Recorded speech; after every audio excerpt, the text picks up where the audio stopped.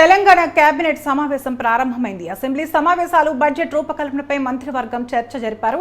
Cabinet సభ committee వేసే యోచనలో ప్రభుత్వం ఉంది. 9-10వ షెడ్యూల్ అంశాలపై చర్చించే అవకాశం ఉంది. బొగ్గు గనుల ప్రైవేటీకరణపై చర్చించనున్నారు కేబినెట్.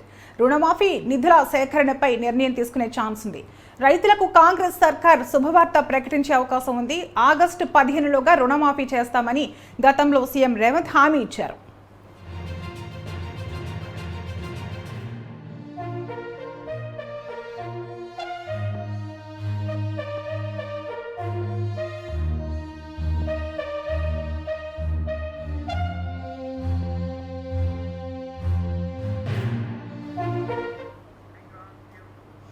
తెలంగాణ కేబినెట్ సమావేశాలు ప్రారంభమయ్యాయి. అసెంబ్లీ సమావేశాలు బడ్జెట్ రూపకల్పనపై మంత్రివర్గం చర్చలు జరిపారు. కేబినెట్ సభ కమిటీ వేసే యోచనలో ప్రభుత్వం ఉన్నట్లు తెలుస్తుంది.